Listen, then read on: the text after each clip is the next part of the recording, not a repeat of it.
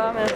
Demain, on rentre en résistance. Devant l'usine Peugeot-Citroën à Aulnay-sous-Bois, les syndicats tentent de mobiliser.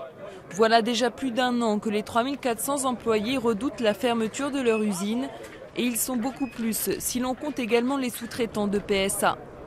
Aux alentours, on a estimé à peu près de 10 000 emplois qui seraient supprimés.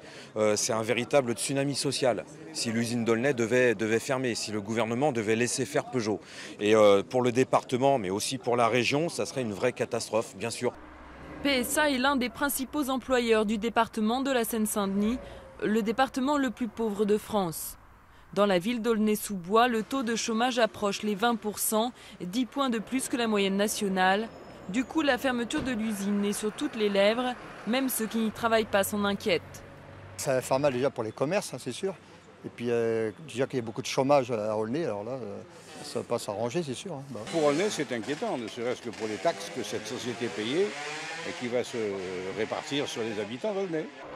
Des taxes en moins, la mairie estime qu'elle pourrait perdre 4 millions d'euros de recettes fiscales sur 3 ans.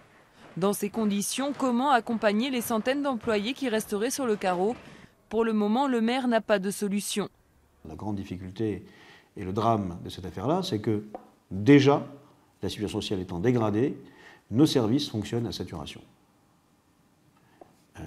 Donc ça veut dire qu'il faudrait trouver des moyens de recruter et des moyens d'accompagnement supplémentaires pour les familles.